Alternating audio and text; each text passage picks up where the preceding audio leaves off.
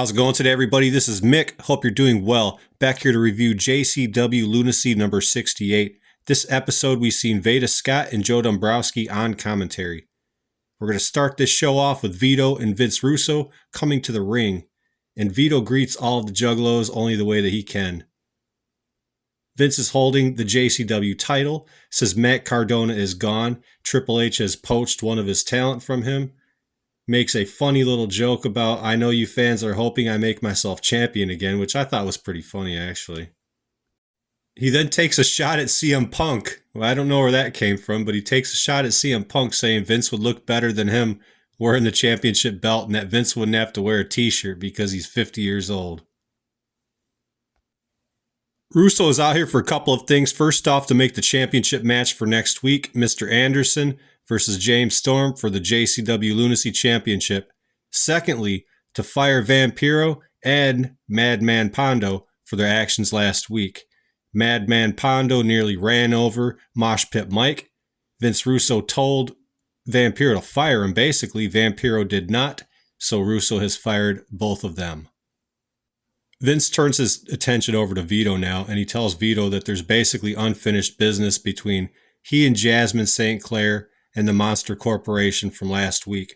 So he basically has Jasmine come on out to the ring with Congo Kong and Mr. Happy, and Jasmine's about to give Vito a piece of her mind. She calls him broke-ass Vito, little Vito. He basically grabs the mic. He calls her a carnival hussy and says her gap is bigger than the Holland Tunnel. Vito goes ahead and makes a match here. He's going to say he wants to fight Congo Kong, main event, Sicilian street fight. So it's booked. We're going to see that later on in the show. Vince then turns his attention to Vito one more time and starts dressing him down. Tells Vito he's basically been a huge headache since he's come. He's just been looking out for himself. He's been picking fights with everybody. He can't get along with anybody. And Russo's actually here in JCW to try and do good for the company. He doesn't want the bullshit. He said it time and time again. He didn't say that. I'm saying that. But he keeps reiterating that he doesn't want the bullshit. He's there to help the company, basically. He then says something to Vito like, if it wasn't for our 30-year friendship and relationship, you'd be out the fucking door. I'm paraphrasing. Vito didn't like that too much and grabbed Vince by the collar and got right in his face. And it was intense for a minute. And then he let him go and Vito just left the ring. Match number 1 is for the American Championship, Facade versus Ninja Mac, and this is the final match in the Best of series. Fast back and forth match to start things out, both striking and both blocking each other's strikes. Facade hits a gorgeous springboard backflip to a knee to the back of the head of Ninja Mac, and that was for a quick 2 count. Mac immediately goes to the ground. He tries to ground Facade, actually, with a couple of chokeholds. Ninja Mac lets Facade get back up to his feet. Facade runs to the corner and he attempts to do his headstand mule kick, but Mac actually blocks it and gives him a really stiff kick to the chest, like rib area. And then, like immediately, he kind of grabs him by the back of the head, puts him down a little bit. Facade is still hung up in the corner turnbuckle, and Ninja Mac puts a dragon sleeper on him right there. Mac sets up Facade on the ring apron, and Mac runs the ropes, and he does like 2 or 3 backflips, and he's about to do something to Facade, but Facade blocks it, and Ninja Mac goes over the rope to the outside of the ring, ends up on the other side of the barricade, like by where the Juggalos and Juggalettes are at. Well, Facade ends up doing this beautiful high-risk move, where he basically runs the ropes, and he gets on the top rope, and he springs off, and he jumps right on a Ninja fucking Mac who's over, as I said, on the other side of the barrier. So that was a really nice, cool move by Facade there.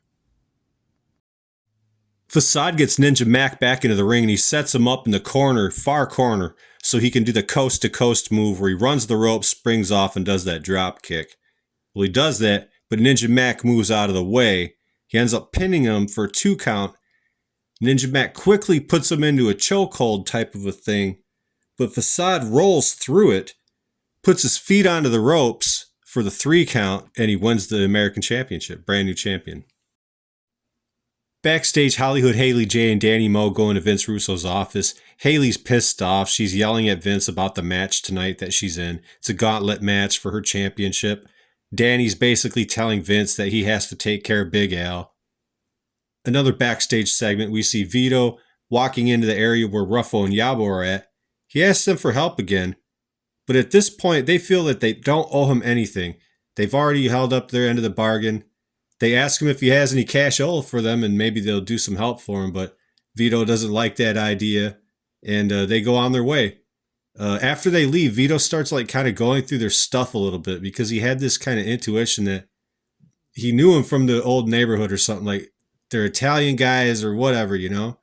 So he starts going through their stuff, and he finds their wallets, and he finds something else that kind of gives him a hint that they're Italian.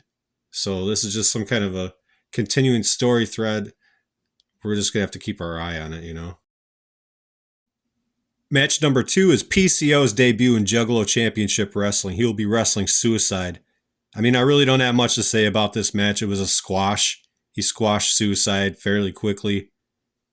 Just did some clubbing moves and got up on the top rope and did a moonsault for the victory. I forgot to make mention of one thing. Throughout the show so far, whenever Vito's been like backstage or any segment with him, we've noticed music playing in the background, and that song is Chicken Huntin' from ICP. And Vito's trying to figure out where the fuck this music's coming from. So in this segment, he comes out onto the stage, and he approaches the Lunacy DJ Clay, because this entire show, as I said, this music's kind of been playing whenever Vito's been around. And Clay has nothing to do with it, you know? So Vito's pissed off, and he kind of just smacks him around a little bit and is being his asshole fucking bully self, and just ends up going on his way. Match number 3 is Mr. Anderson versus this badass dude I've never seen before, and they claimed he's from Colorado, which is where the show was taking place from. They call him Monster Devil Hunter Gray. Awesome look to this guy. Gray starts out strong, gets Anderson in the corner, charges at him with a nice spear variant. Anderson's on the mat, and Gray does this really nice like charging headbutt thing, kind of like JYD style, you know, like Junkyard Dog from the 80s. Ken will take control again. He'll whip him into the corner. He'll run at him and give him 2 good boots to the face. After some back and forth, Hunter Gray takes advantage again, and I describe this move as he gives him 2 swinging axe handle chops, and he basically does it like he's swinging a baseball bat, and it looked like it hurt. Huge clothesline to Ken as well for a 2 count. Gray then goes off the top rope to try and do a monstrous clothesline, but Anderson blocks it, gives him the mic check for the 3 count. Pretty good match between these guys. And I would like to see more of Hunter Gray, to be honest with you.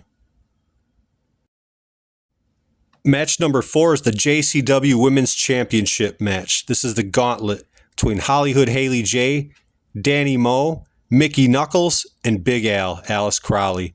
Match begins with Hollywood and Danny Moe mixing it up. Quick back and forth. Danny ends up on the apron, springs in on Haley, but is caught with a nice crescent kick for a 3 count really quick. Immediately, Knuckles makes her way out there, doesn't give Haley any time to rest. She goes right at her. It's all Knuckles, man. She gives her 2 good brain busters and another overhead suplex for a 2 count. Hard knees to the head by Knuckles, and she continues to just keep stomping on Haley. The ref tells her to stop, but she won't let up, so the ref DQs her. So now Big Al is going to make her way out to the ring, and she decides to tell Haley about a little stipulation that she forgot to mention earlier, and that is that if Big Al pins Haley for a 2, Al wins, but Haley needs to pin Al for a 4 count in order to retain. So Big Al comes out and basically has her way with Haley for a while, but it goes back and forth. But then Al gets the upper hand and is just, you know, taking it out on Haley. Basically, Amazing Marie is out in the crowd and she's seen enough. She runs into the ring and starts basically whipping Al's ass. Gets a disqualification. We see Ruffo and Yabo back in their locker room, and they've discovered that somebody's gone through their things and taken their wallet. And they kind of start flipping out because they realize that whoever took their wallet is going to find out who their true identity is. Evidently, that's what I gather from it anyway. Next up is the Triple Threat Ladder match. Caleb Conley versus Kerry Morton versus Cocaine. You got to climb the ladder, grab the briefcase. I'll let y'all just watch this match. I mean, it was your typical ladder match. Lots of action, lots of using the ladder. Good action all the way around. I'm not going to comment each and everything in this ladder match. It's a ladder match, you know. Matt Cross ends up interfering at the end of the match, and he does help out Cocaine, so Cocaine is able to grab the briefcase, which I believe makes him the #1 contender. We'll shoot backstage for one more segment before the main event. So we see Vito jumping Mr. Happy, and he kind of really beats him down good. We then see Kerry Morton backstage looking for Matt Cross. And kind of how we did last week, we see Vince Russo in the office again, and he's just berating somebody. We don't see who it is because the door is only open a little bit, but we see Vince in there pacing back and forth and yelling at somebody, saying, "You better produce next week or that's that." Match number 6 and main event of the night. Big Vito versus Congo Kong with Jasmine. Sicilian street fight.